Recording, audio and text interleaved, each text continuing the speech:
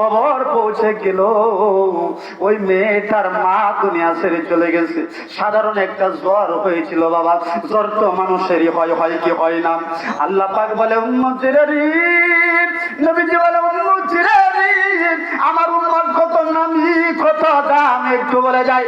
আমার কোন উম্মত যদি জ্বরে আক্রান্ত হয়, আমার কোন উম্মত যদি টেনশন করে, আমার কোন উম্মত যদি পায়ের মধ্যে কাটা লাগে, হাত্তা শাওকাতু ইউসাকুহা ইল্লা কাফারাল্লাহু মিন খাতিয়া, রাহুল বুখারী। একটু আওয়াজে বলেন আল্লাহু আকবার। আমার নবী বলে উম্মতরা রে, তোদের দাম কত আল্লাহর কাছে। তোরা যদি টেনশন করো, তোরা যদি চিন্তা করো, যে অবস্থায় থাকো, কেউ যদি নারীকে নিয়ে চিন্তা করে, কেউ যদি সন্তানকে নিয়ে চিন্তা করে, কেউ যদি সম্পদ নিয়ে চিন্তা করে, যতক্ষণ পর্যন্ত চিন্তা করবি ততক্ষণ পর্যন্ত আল্লাহ তোদের গুনাহগুলো মাফ করতে থাকবে, করতে থাকবে। বাবারা আমার, আমি বলতেছিলাম মা দুঃখিনী, খবর পৌঁছে গেল মা নাই। ওই সন্তানরা বাবা বারবার মাকে দেখতে চায়। 3 দিন হয়ে যায়, এখন মা শেষ বিদায়ে যখন আসবে বাবা, অ্যাম্বুলেন্সে নেওয়া হলো। এবার সুন্দর করে বাবা মাকে রাখা হলো।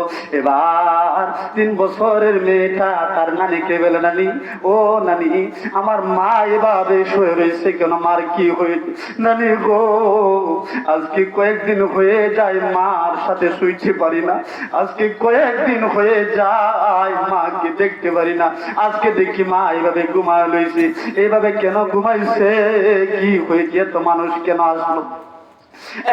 বাবা রে, মার সাথে একবার গিয়ে আমাকে পাঞ্জা মাইরা ধরে বলে, মা মা মা কথা কও, মা কথা কই না কেন?